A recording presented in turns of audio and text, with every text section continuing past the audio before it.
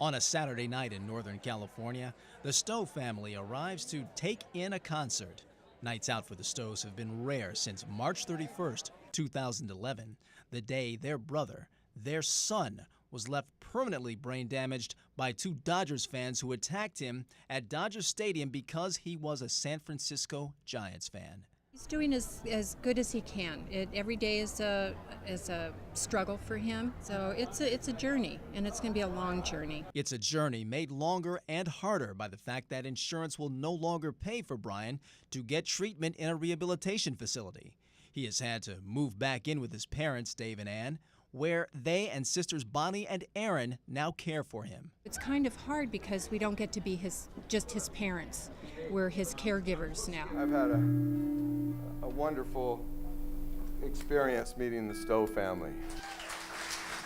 The artist on this night has made the Stowes the guests of honor. If you're a baseball fan, maybe you recognize him. His name is Tim Flannery. We love him.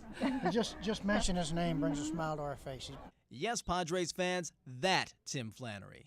The gritty, fan-favorite shortstop who managed to play 10 years in the majors and hit just 9 home runs. I'll tell you exactly the day, the temperature, the count, the wind direction.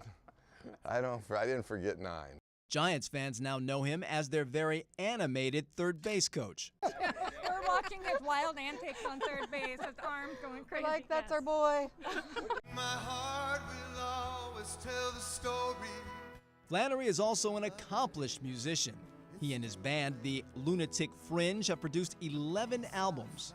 I don't sell 100,000 records or 10,000 records. Garth Brooks once said that my record went cardboard, Tim Flannery takes enormous pleasure from performing.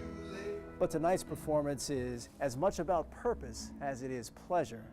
You see, we're in Santa Cruz, California, very close to the home of injured Giants fan Brian Stowe. Tonight, Tim Flannery plays for him. Flannery is donating all of the proceeds of this show to the Stowe family. And that's not all. In November, I released a brand new record called Outside Lands, and this was going to be my way again. Every penny from the record was going to go to Brian. So I wrote a check, and it's about $16,000, $17,000 to produce that record. And that was my kind of a little gamble where I felt, well, if I write this check, I think I can make more with it. Flannery did make more with it, with the help of friends like Giants pitcher Jeremy Affeldt, who matched the first $25,000 Flannery made for the Stowes with another $25,000. We're just kind of put our heads together and trying to figure out how to help as best we can, and Flans did a great job.